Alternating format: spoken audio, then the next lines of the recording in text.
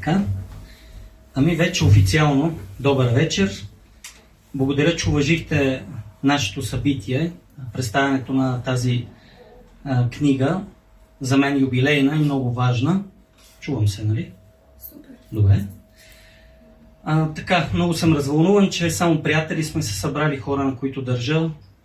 Хора, приятели на отвъд кориците и на неформатът. И въобще само пичове, както се казва. По-късно ще поговорим малко повече за книгата. Сега може да дам думата на Денис да каже няколко думи и да почваме по официалната част. Заповядай, Денис.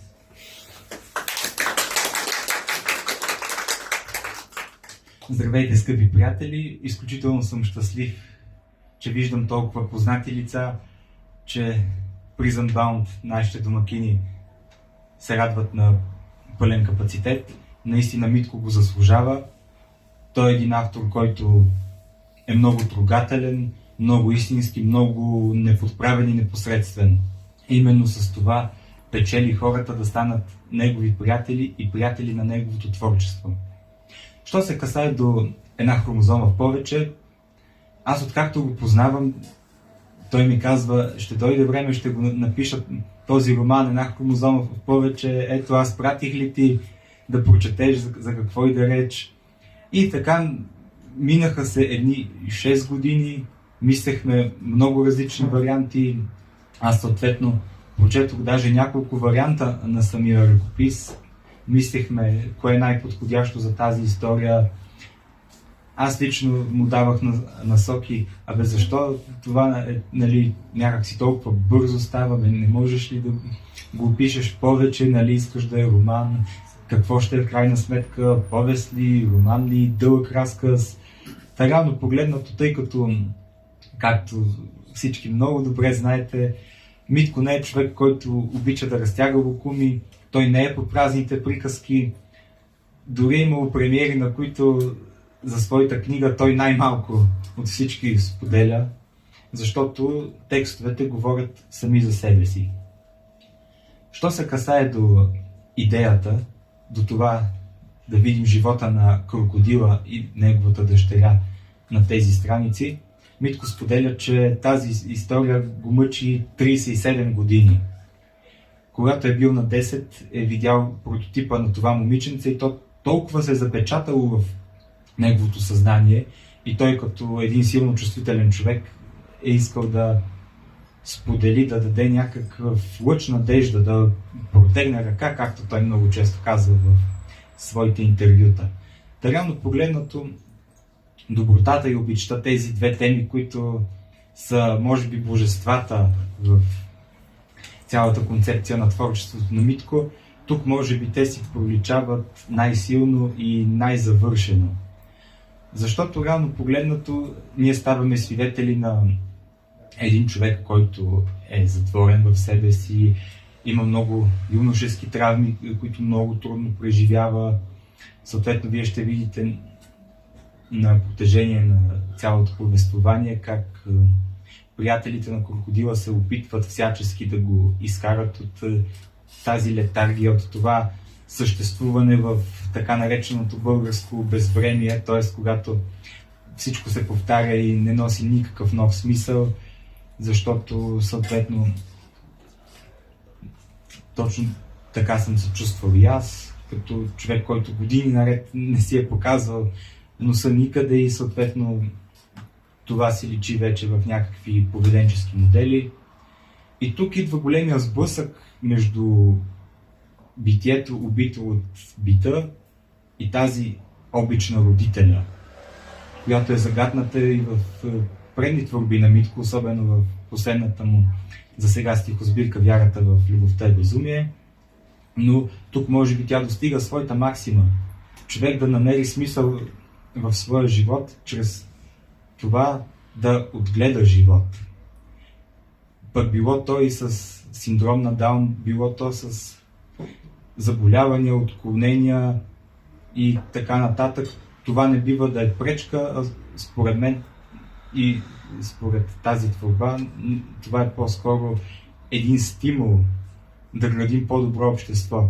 а няма как да градим по-добро общество, ако не приемаме различията си.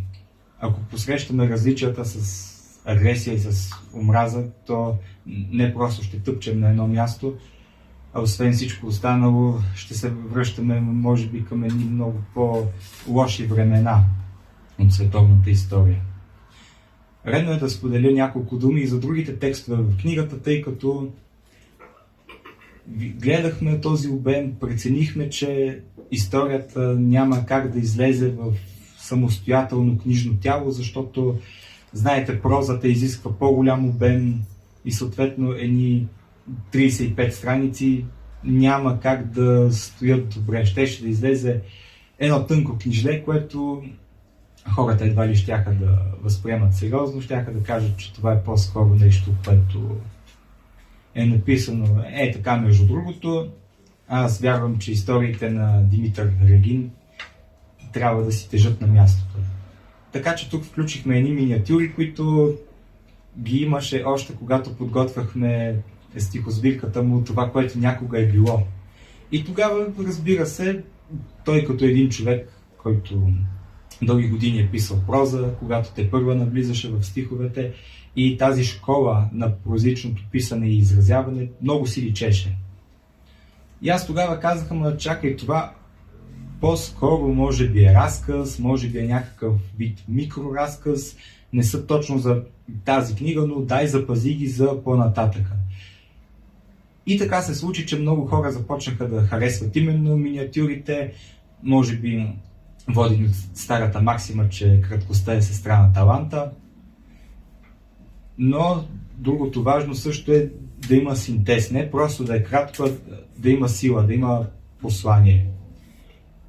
И Митко някак си намери един друг свой стил в тези миниатюри и поради тази причина решихме, че е хубаво да покажем една друга страна, не толкова на класическия разказвач, който споделя истории, колкото на едно по-модерно писане, по-образно, по-абстрактно, може би по-странно за някой, да подскажа две от миниатюрите пък са абсолютно лишени от пунктуация, така че това по-скоро някои хора смятат, че е похват за поезията, но тук сметнахме, че е нужно да дадем един друг контекст на всичко това. И третата смислова част всъщност са познати разкази от Парченца живот, неговия дебют. Работата с тези разкази беше там, че тази книга отдавна се изчерпа и тъй като все пак минали са 6 години, Митко видя някои слабости в тези текстове, които поиска да изчисти, така че взехме най-доброто от Парченцата, разкази, които на някои от вас са познати и освежихме ги с една нова редакция, погледнахме на някои детайли, но решихме да е съвсем фина промяна, да няма чак пък толкова преизмисляне на ново, защото пък тези истории вече са издавани. Моят личен опит е такъв, че когато един текст вече е издаден, ако след това кардинално го промениш, то втората версия започва да се харесва много по-малко на хората, защото те вече са свикнали с първата и са я приели такава каквато е. Така че, скъпи приятели, още веднъж ви благодаря, че сте тук. Насладете се на прекрасната вечер и на програмата, която сме ви подготвили. Благодаря ви!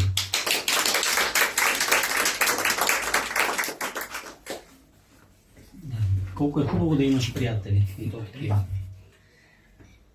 Заговорихме за приятели, заговорихме за хромозомата, колко е важно приятелството. Аз много исках да изтъкна това приятелство и в хромозомата, отделно от другите теми. И тя не е скрита тази тема, ами е някак си нарочно поставена страни за човек да се замисли какво значи приятелството всъщност. И не знам дали колко от вас са чели Шогун на големия Клавел. Там има един образ, Ябу Сама, който е доста второстепенен герой, но който обяснява едно нещо, което го имат японците и което никой друг японец не можа да го обясни в тази книга – чест и достоинство. Така че,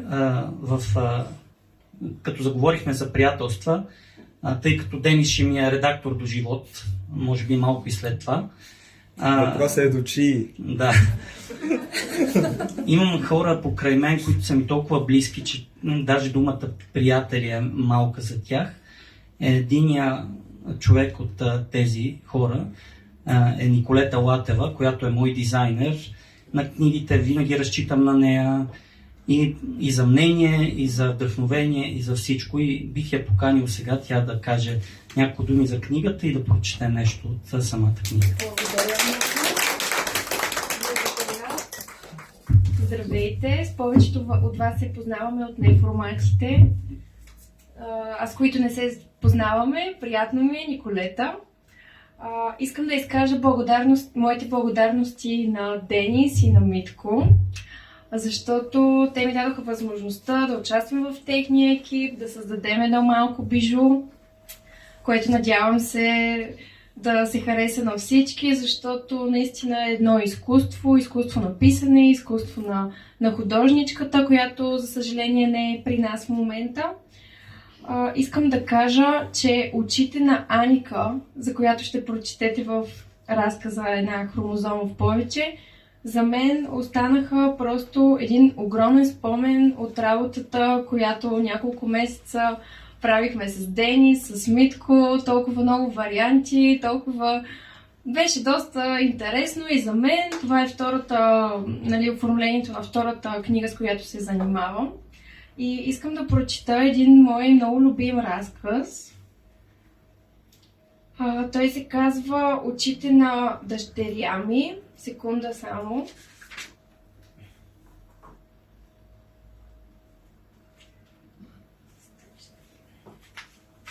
Той всъщност е една от миниатюрите. Само микрофона. Мога ли да си го взема аз в ръката? Мога. Очите на дъщеря ми. Събудих се с вик. Погледнах автоматично часовника. Показваше 12:45. Значи съм заспал около 2 часа. Едри капки пот се стичаха по лицето ми, а в същото време ми бе и студено. Жена ми спеше спокойно на другия край на леглото, увита с завивките. Повтаряше се почти всяка нощ. Бях потен, защото котката ни се бе свила до главата ми, опряна върху бузата ми. Когато викнах, тя се отмести, но очите й ме гледаха тревожно. Съвсем се разсъних, когато чух нещо между стенание и писък от съседната стая. Детски писък. В съседната стая имаше двойно легло. Използвахме я рядко, само когато майка и на сестраната на жена ми ни гостуваха. А това се случваше веднъж в годината. В стаята, освен леглото, имаше библиотека, претъпкана с книги, албуми с снимки, а от двете страни на леглото имаше по едно нощно шкафче, нищо друго. С жена ми живеехме сами в къщата. Нямахме деца. Писъкът звучеше смразяващо. Седнах в леглото и се ослушах няколко минути. Жена ми продължаваше да спи, а котката се премести в края на леглото, седна на задните си лапички и ме загледа. Може би съм сънувал кошмар, друго логично обяснение нямах. Реших пак да си легна, но не успях да заспя дълго. Когато вече се унасях, усетих как котката се раздвижва. Безшумно стигна до гърдите ми, направи 2 кръгчета на мястото около себе си и легна там. След час се събудих без причина. Котката седеше на гърдите ми и ме гледаше, издавайки тихи, жални звуци. В същото време усетих някой да се движи в съседната стая. Чух да се премества стол, да се отваря врата на един от шкафовете на библиотеката ни. Настръхнах, но се насилих да стана. Трябваше да проверя какво става. Тъй като бях вдигнал шторите на всички прозорци, луната осветяваше добре. Прекосих малкото коридорче, което свързваше двете стаи, и се спрях пред вратата. Преди, когато тук са живели баба, дядо и 3 им дъщери, стаята са наричали детска.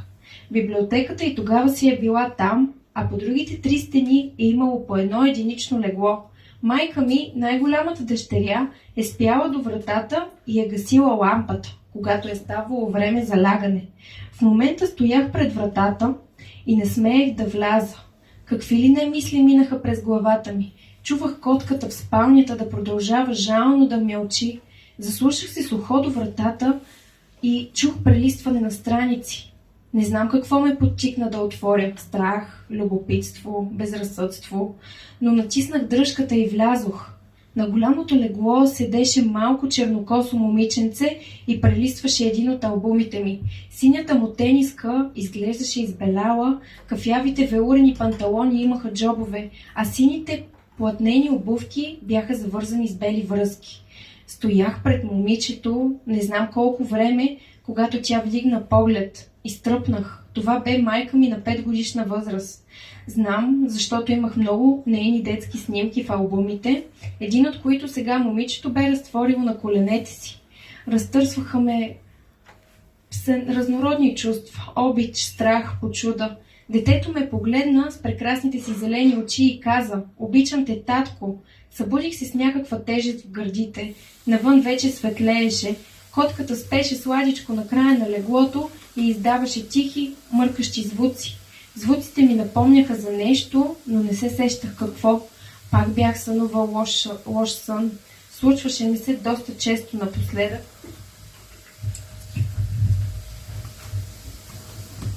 Изправих се и се протегнах, разтърках очи. Жена ми влезе в спалнята, усмихна се с голяма чаша кафе. Ако знаеш какво сънувах. Погледнах въпросително лицето, което обичах повече от всичко на света. Какво? Сънувах, че ни се е родила прекрасна дъщеря с много хубави зелени очи, точно като на майка ти. Благодаря. На всички искам да пожелая едно прекрасно приключение с книгата, защото има прекрасни разказчета, прекрасни миниатюри и благодаря ви още веднъж. Благодаря на Митко и на Денис за възможността да сме един екип, да сме приятели и да сме едно голямо семейство на Отвъд кориците. Благодаря ви.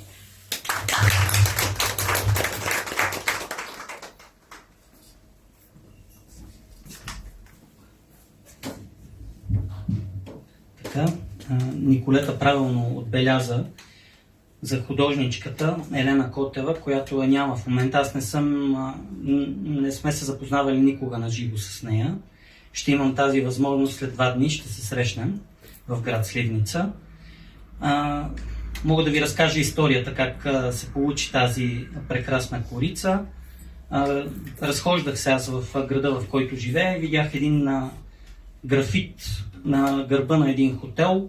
Един дебел мъж с дебело лице беше нарисуван и аз направо го обикнах. Толкова добре беше нарисуван, такъв израз имаше на очите и реших, че това ще е моята художничка. Просто на секундата написах в групата в Сливница кой е художникът на този графит. Тя се отзова и така почнахме да работим заедно. И когато й пратих хромозомата, тя много добре схвана цялата история и смея да твърдя е прозряла в душата ми, когато е нарисувала предната корица. Ако искате, тъй като стана така доста говорене, Виктор Макаров, нашия добър приятел, и китарист, и певец, и поет, и какво ли още не, може да ни изсвири, да ни изпее една песничка. Заповядай.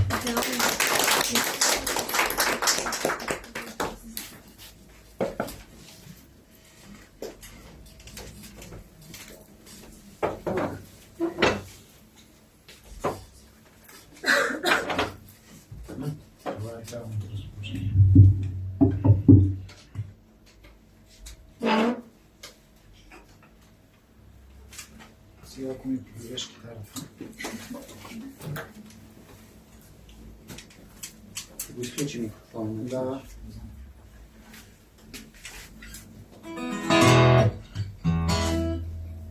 Добре.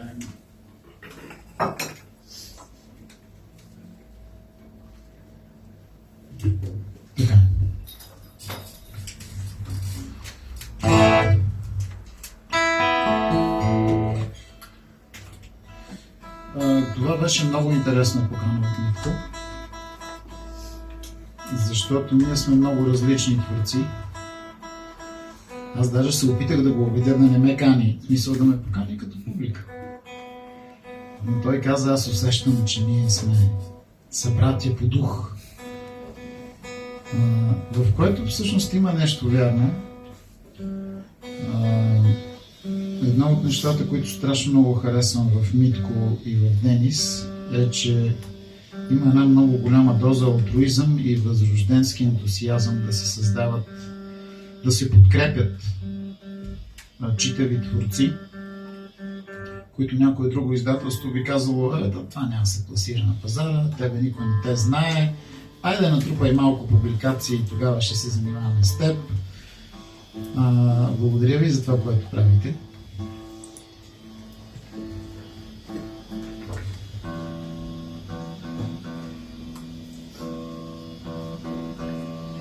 Днес най-сетне се докопах до това да прочета от книжката на Митко. Прочетох 15 с идеята да избера любимото и да го прочета пред вас, но установих, че по някакъв начин всичките ми станаха любими, макар и може би малко тъжни, защото това все пак са парчета живот. Живота много често от тази страна на небето има склонността да математиката как беше клони към тъга.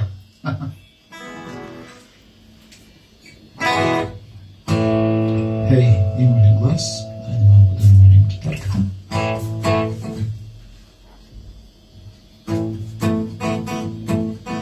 Митко помоли да изпее тази песен. Пее нея. Хлапето се казва.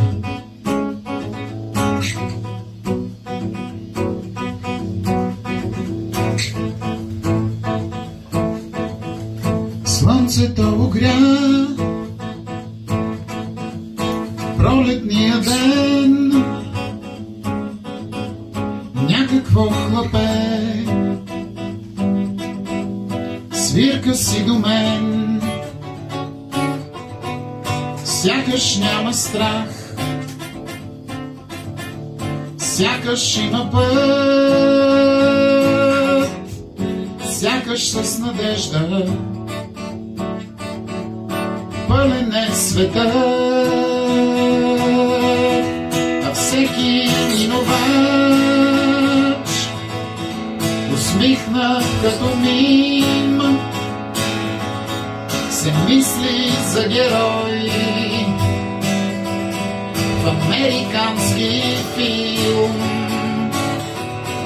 и чака хепи енда, за който е роден, треперейки от студ в слънчевия ден. И аз също като тях съм, треперя като лист пред утрешния си ден, пред пътя каменист, коса с боя покрита и бръчки скрити с грим, за тъмните очила самият аз самим. А онова хлапе все свирка си с уста, безгрижно си върви сред младите листа и няма политици, тревоги и лъжи, щом татко за ръка хлапето си държи.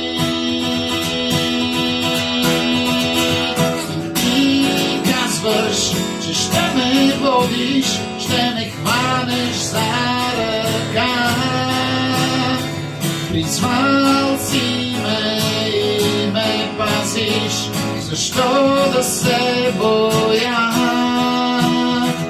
И ти казваш, че ще си с мене в дълбоките води. Закриеш, не ще ме повреди. А онова хлапе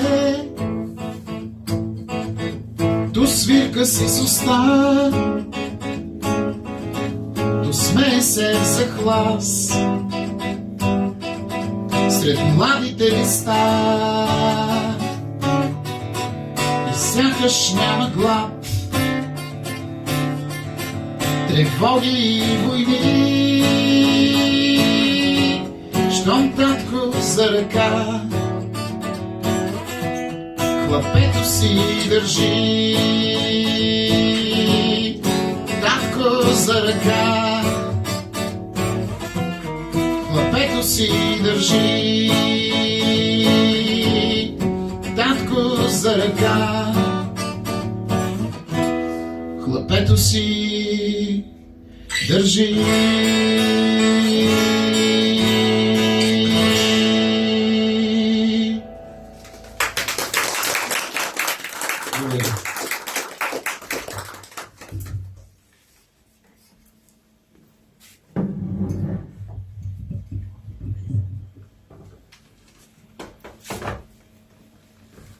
След това вълнуващо изпълнение. Между другото, албума Шарена черга на Виктор е единствения, който ми стоя една седмица в колата и го слушах нон-стоп. За всички времена аз съм голям меломан, така че това говори много. Сега да продължим с приятелите и с това колко са важни те за мен и колко е важно да са тук и да споделят тази емоция. И имам няколко близки човека, които разбират всяка една моя дума, която съм написал, и един от тях сега ще прочете нещо или ще каже нещо за книгата. Тя ще реши. Аделинка. Здравейте и от мен. За пръв път ми се налага да говоря на такова събитие, така че, Митко, благодаря ти за тази възможност и се радвам, че е точно днес на премиерата на Една хромозома в повече. Ще кажа много малко неща, защото хората, които говориха преди мен, казаха страхотни неща, така че, Митко, имаш невероятни хора около себе си. Това сме си го говорили, но все пак да го кажа пак. Наистина се изказаха много хубави неща за Митко, които са безспорен факт. Всъщност имам честта да го познавам от началото на неговата кариера. Още с неговата поезия. Винаги съм била голяма фенка на поезията. На него съм му казвала, че той е любимият ми поет. След него е Пейо Яворов. Но така той го знае. Но книгата, тъй като съм прочела всичките стихосбирки и всичките книги, които той е написал, тази книга мисля, че е на съвсем друго ниво и се гордея с това, че той успя да се развие за всичките години, в които го познавам като поет. И всъщност миниатюрите според мен са най-добрите му писания, така да се каже, до този момент. И аз изключително много се гордея с него. Искам да го знаеш. Така че книгата е страхотна. Според мен всеки, който се докосне до нея, ще бъде доста... така, ще успее да разбере. Може би ще почувства думите, които той е искал да каже, защото са много достигащи до сърцето. Няма да казвам нищо повече, за да има време и за другите хора. Ще прочета моята любима миниатюра. Всъщност всичките са ми любими, аз харесвам цялата книга, но тази може би най-много ме докосна, когато я прочетох и затова реших точно нея да прочета. Два през нощта, се казва. Два през нощта. Боли ме, значи съм жив. Не спя, а премислям. Домът ми е болница. Лекарствата не действат. Не виждам нищо в тъмнината. Представям си, че не съм аз и съм другаде. За момент е хубаво. Не чувствам моята болка, а болката на другите. Колко тежи една детска сълза, колкото миналото на този проклет свят. Колко струва думата на един честен човек? Всичко и нищо. Защото струва е мръсотия. Колко велика е една любов? Нищо не е, ако не се превърне в обич. И моята болка има история. Това всъщност не е разказ за любов, а за липсата й. Моят живот никога не започна, защото исках твърде много от всичко и твърде малко от цялото. Един приятел ми каза, че за да намериш твоя номер обувки, трябва да пробваш много. И аз пробвах и накрая намерих моите обувки. Но ме убиват. Убиват ме. Умирам да разбера как се живее. Всеки ден се гърча от ужас. Все едно съм африканско дете. Запълвах пустотата с нещо неопределено, издържало на сезоните на времето, но без онази малка част от нищото, която светеше и отразяваше. Не знам кой съм и какво съм постигнал. Остарях, без да порасна.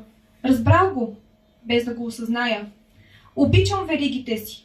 Те са моята свобода. Мога да ги скъсам, а мога да ги нося с мен. Излишно и ненужно е да вземеш нещо на готово.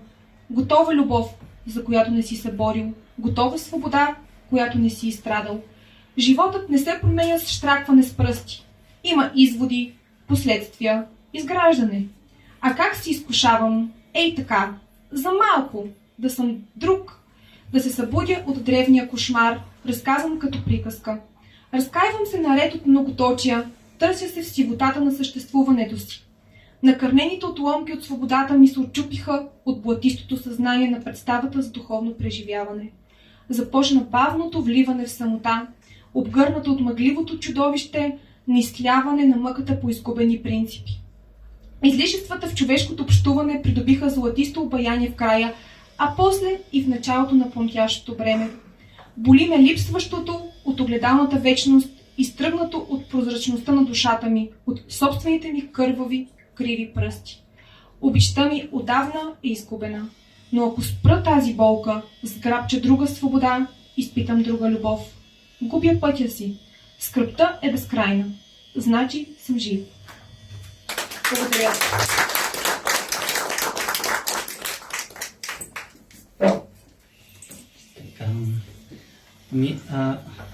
Сега се сещам, че има един човек на този свят, явно и в други светове, който много добре обяснява моето творчество.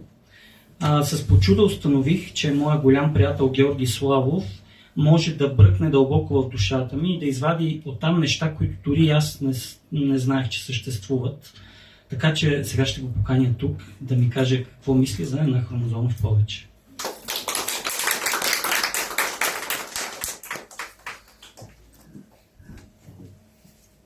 Добър вечер. Благодаря за описанието. Преди не са ме описвали като, как се казва, дърпачка, чувство много. Ние с Регин имаме малка годишнина, не романтична, но приятелска. Ние се запознахме на премиерата на първата му книга в СБП. И от тогава аз с чисто сърце мога да кажа, че Регин е уникален автор на българската сцена, поради една проста причина. Това малко го загатнаха преди мене. Но според мен той е най-честният автор. Той няма нищо префарцунено. Пише за футбол, пише за Тойоти, за Хонда. За всякакви неща има. За всякакви неща засяга. И това според мен е много ценно. Защото по принцип хората имат някаква, как да кажа, отвеяна романтична представа за прозата особено. Но Регин е много добър, според мен, прозаик разказвач. И аз съм се опитал това да го предам по някакъв начин. Моя любим приятел Витко. Написах това нещо, което в книгата носи името Послеслов. Хромозомата на страха. Ще ви прочита пълната версия, в книгата е малко по-съкратена версия и след това ще се опитам да го илюстрирам това нещо с един малък отказ от една хромозома в повече. Самата новела. Нали новела? Новела. Хромозомата на страха, на пировата победа е темата, която Регин изтисква от живота си, за да ни предаде като умел прозаик разказвач. В най-силното си произведение до сега, аз не съм съгласен с хората преди веде, Регин ни разказва за крокодила. От душа на компания до душа без компания, сам с фатализма си. Социалният коментар е ярък и всепоглъщащ, дисекция на едно общество, което въпреки че теоретично е в миналото, сякаш винаги дебне.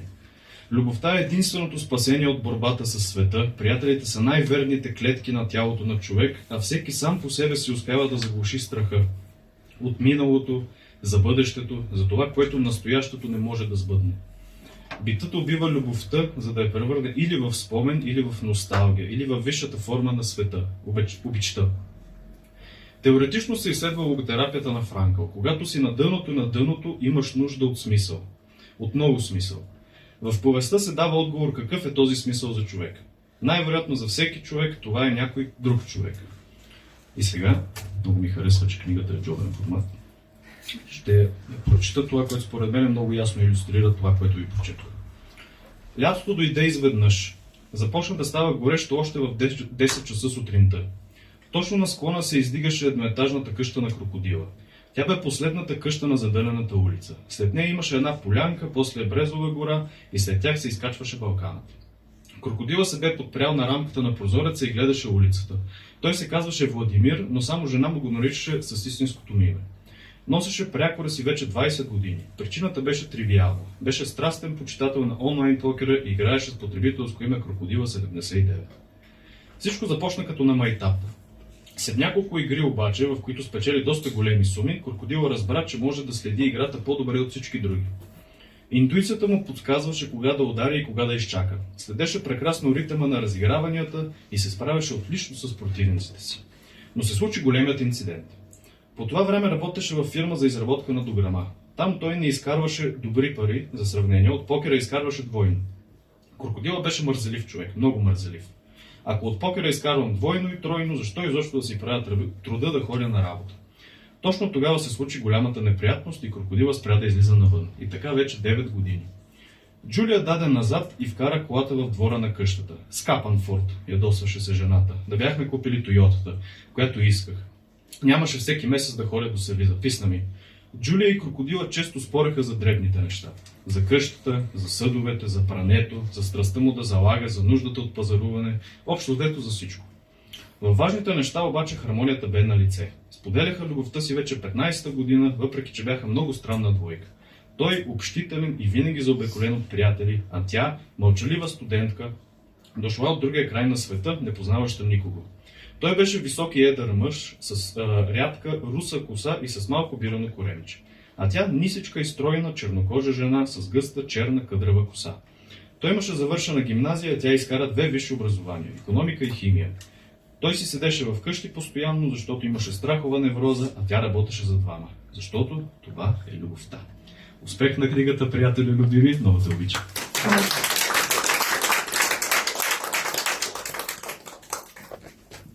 След тези прочувствени думи, мъжката любов е много интересна.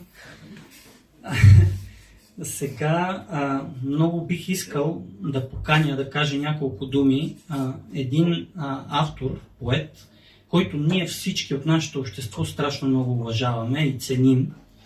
И неговото мнение винаги е било важно за мен, големия Димитър Събов.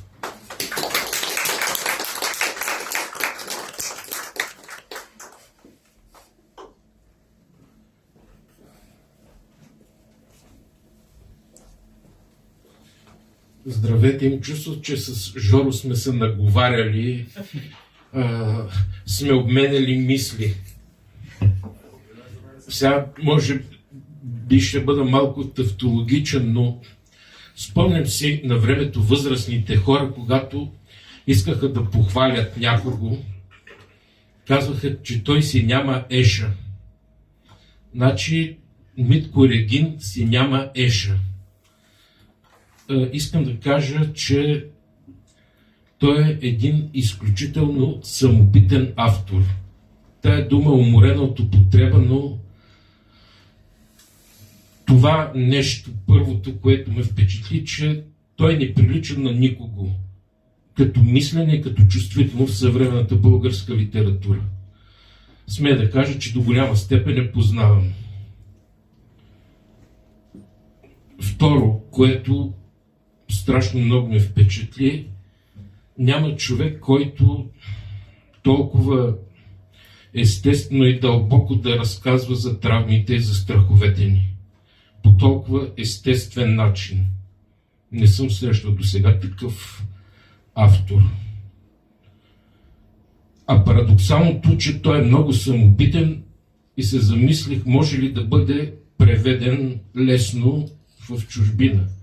Да, може, защото ние имаме много самобитни писатели, като Радичков, да кажем, но той много трудно в чужбина може да бъде разбран и преведен. Това означава, че при Митко има нещо много дълбоко, нещо от архетипа човешки, нещата са му хем много самобитни, хем в тях има някакъв универсален код, може да бъдат разбрани навсякъде по света. И аз много се радвам, че наистина той няма еж за сега и му пожелавам и да не намери еж друг в литературата, защото литературата е самобитност. Така че Мите, на добър път ти продължавай, пиши. Аз съм прочел една част от книгата, но обичам вечер все едно вместо един шоколадов бомбон да си ослаждам малко душата, уморени, затова съм си оставил сега вечер да си вземам по един бомбон тук до края на другата седмица. Благодаря.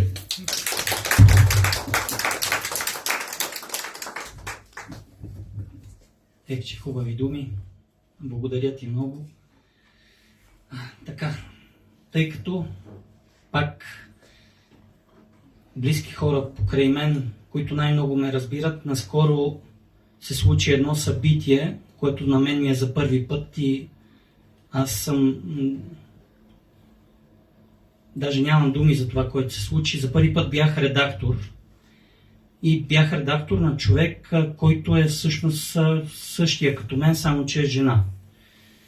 И потопих се в нейната поезия и смея да твърда, че повече се гордея с излизането на нейната книга, отколкото с излизането на моите книги. Просто много ми е скъпа тази книга, много ми е скъп този човек.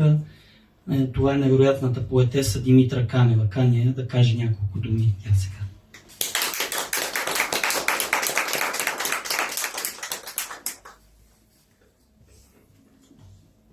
Здравейте на всички, радвам се да ви видя. И аз ще направя така.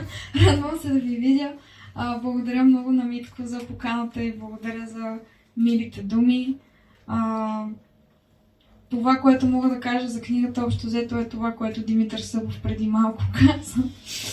Но просто ще го кажа с други думи. Това, което си мислех докато я четях, и след като я прочетох, нали, осмисляйки я все още, е, че в тази книга просто абсолютно всеки разказ е изключително силен и просто показва какво е да си човек, някакси, какво е да си жив на този свят. И наистина съм съгласна, че според мен навсякъде по света, който и да е човек, който прочете тази книга, ще я почувства много дълбоко, така че пожелавам на Митко тази книга да достигне до всяко кътче на света и до много хора, които съм сигурна, че ще я оценят. И сега, за да не ви досаждам повече, просто ще прочета една от миниатюрите, която се казва Неразгадаемо. Обичта отиде в един друг свят. Там залезът и изгревът се усмихваха заедно, а на простора бяха закачени частици от мен. Направих своята крачка. Усмихнах се вежливо на прахта от отдалечаващи се подметки. На дрипава надежда, закърпена с боязън. На някого, когото не го е имало. Бил е само вътре в мен. И осъзнавам, че дори нямам сянка, защото съм мъртъв за някого. Не съществувам тук и сега, но там е различно и светло, като зениците на орела, когато се спуска надолу, като стръкче тревичка, току-що избояла от пролет, като облак, който се отказал да вали, като гроб с изтъркани букви, които са изписани в сърцето. Не се пречупвам, камък съм, очудващо голям и глупав. Докоснахте за миг. Настръхнах. Не пожелах обгръщане от щастие. Намери се този, чийто камък не успя да разбиеш на парчета. Сега съм тук, пораснал, помъдрял, а камъкът топти, но не за теб. Не. Вече не витаеш в мислите ми, изпразни се и от сърцето ми, даже панталоните ми не те помнят, дори операция не може... Дори операция не може да изчегърта това, което може да изтрие човешка душа. Трамвайните релси никога не се пресичат. Рисувам безброй картини с образ, различен от твоя. Част от останалите мигове се пръсват като водни балони, а времето владяващо се връща. Добър вечер с дежавю, а всичко свършва сутрин с повтаряща се младост. Безмълвието обгръща малката стая. Вятърът влиза през отворените прозорци. Пердетата ми се веят като платна на кораб. Не излизам навън, а бурята наближава. После се сещам, че не съм в открито море. Бурята обаче ме чака отвън, с най-сините очи на света. Няма да ме познаеш сега, защото съм щастлив. А когато съм щастлив, изглеждам като някой друг.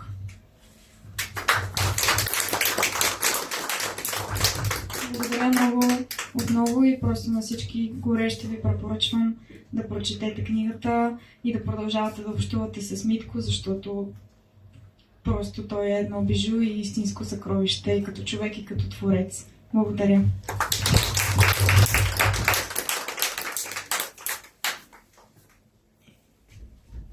Така. Ами сега може да поканим пак Виктор Макаров да ни изпълни една песничка и после ще видим как ще завършим.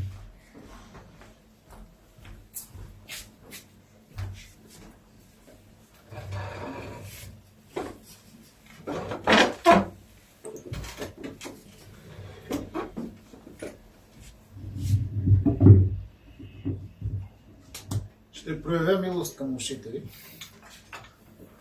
и ще наместя микрофона изключен.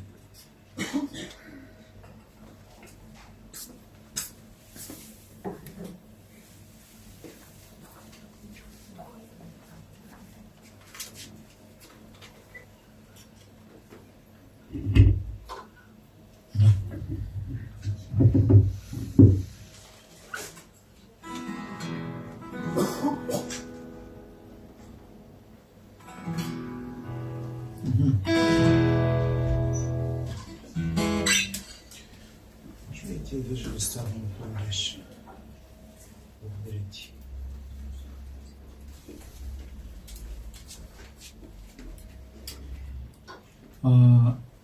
Ако сте чели поезията на Митко, но още не сте чели прозата му,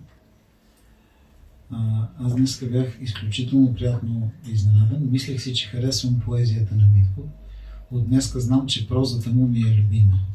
Мисля, по-любима от поезията. Която проза, между другото, всъщност е поезия. Тя не е стандартната проза. Но е един друг начин да се пише поезия. И мога да кажа, че няколко от нещата буквално ме зашеметиха. И докато слушах преждеговорящите, чувах също така едно бръм, защото зад тази врата имаме браснарски салон. И си казах колко подходящо е това за едни парчета живот, докато се представят, от татъка да тече съвсем обикновен си, нормален, банален живот, да бръмчат едни машинки за постригване. И наистина, може би, защото и аз имам тази склонност, много ме впечатляват тези парченца от бита. Ангелчето, дето играе Лосвара. Си казах, тая дума сигурно 90% от средностатистическите съвременни читатели изобщо не я знаят. Много приятно включваш живота ни и богатството на езика ни в тия поезии, които се творяваш. Ами ти си го слушал този албум, Комшулуците ли да бъдат или Железопътната благодат? Комшулуците. Айде. Той поет си е поет.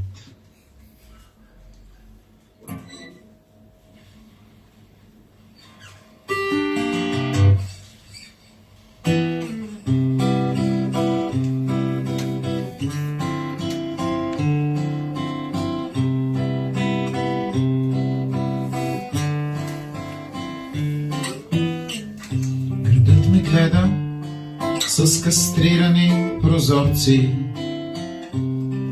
от алуминиева дълграма, приблежени с комарници и с тежки клепки от рулетни штори. А просто исках да ми подадат вързопче сол, 2-3 яйца за пържене, на сутрешно кафе да лъхат клюките, вън да прокапе, ако вече се разплача.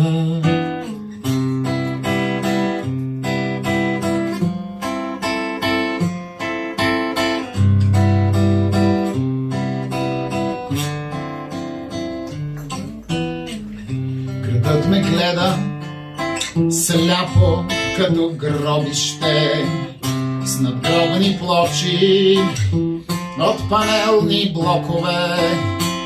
Покойници си неят пред екраните, кастриране градът без комшулуците.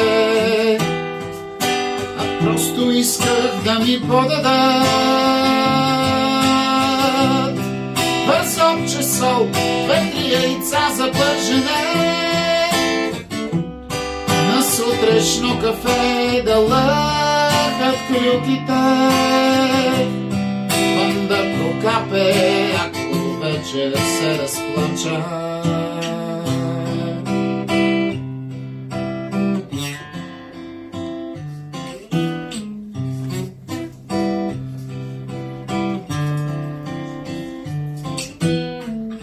Градът ме гледа сляпо като гробище, с надгробни плочи от панелни блокове. Покойници си неят пред екраните, кастриране градът без комшулуците. Ще диря комшулуци в небето, то ще прокапе, ако вече се разплача. Намирам комшулуци в небето и то прокапва, ако вечер се разплача. Ще диря комшулуци в небето, то ще прокапе, ако вече се разплача. Намирам комшулуци в небето и то прокапва, ако вече се разплача. Градът ме гледа сляпо, просто исках на сутрешно кафе в небето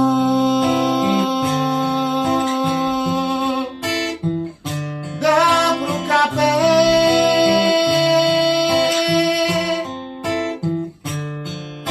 небето ще прокапе,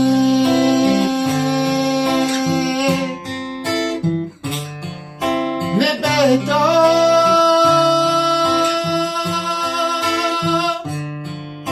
небето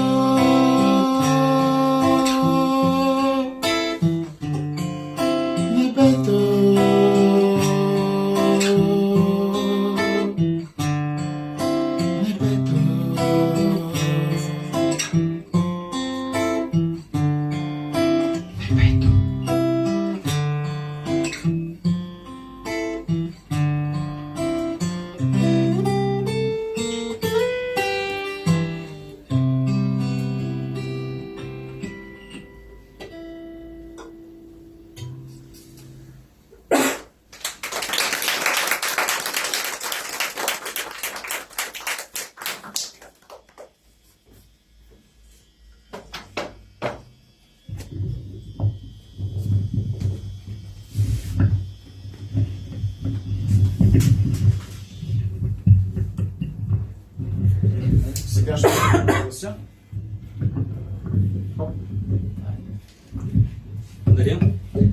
професионална работа.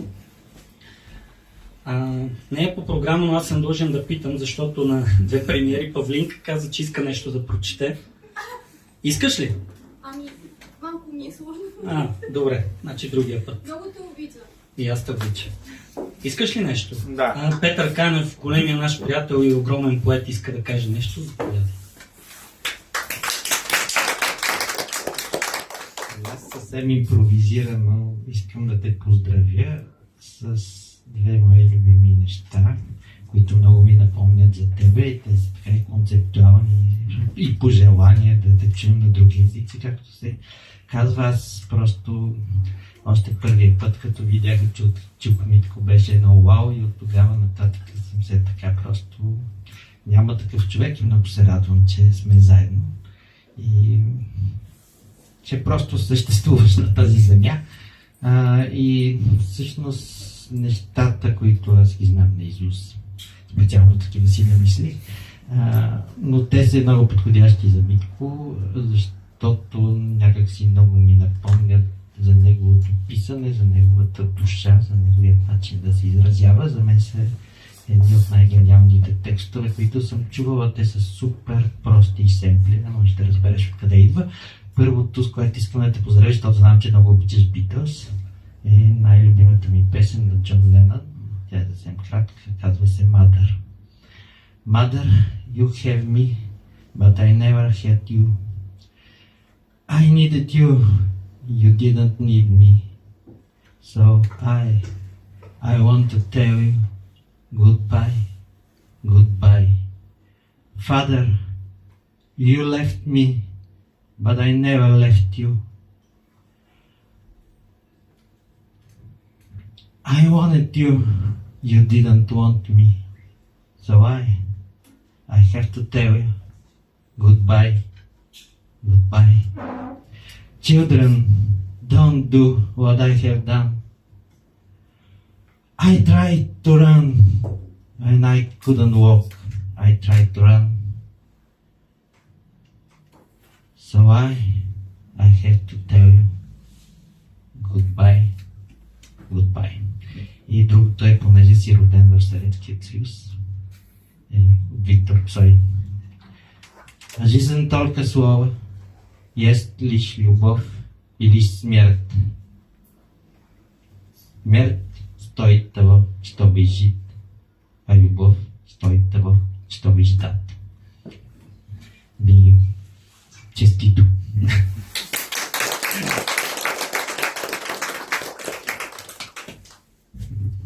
Даже това ми е любимата песен на Beatles, как и оцели. Страхотно. Ами сега по някаква многовековна традиция Денис трябва да е предпоследен и да каже пак всички неща, които само той може да каже. Заповядай, приятели.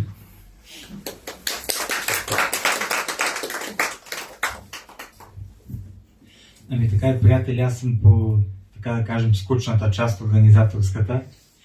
Но тъй като Петър сподели тези последни стихове от песента Легенда на група Кино, то освен да пожелая на Митко неговите текстове да станат легендарни, друго не ми хрумва в момента. И може би, да, не бях планирал нищо да чета от книгата, но може би за да видите и най-радикалните експерименти в нея, нали, когато я отворите, да не ви шашкат чак толкова, хубаво е, може би, да озвучим.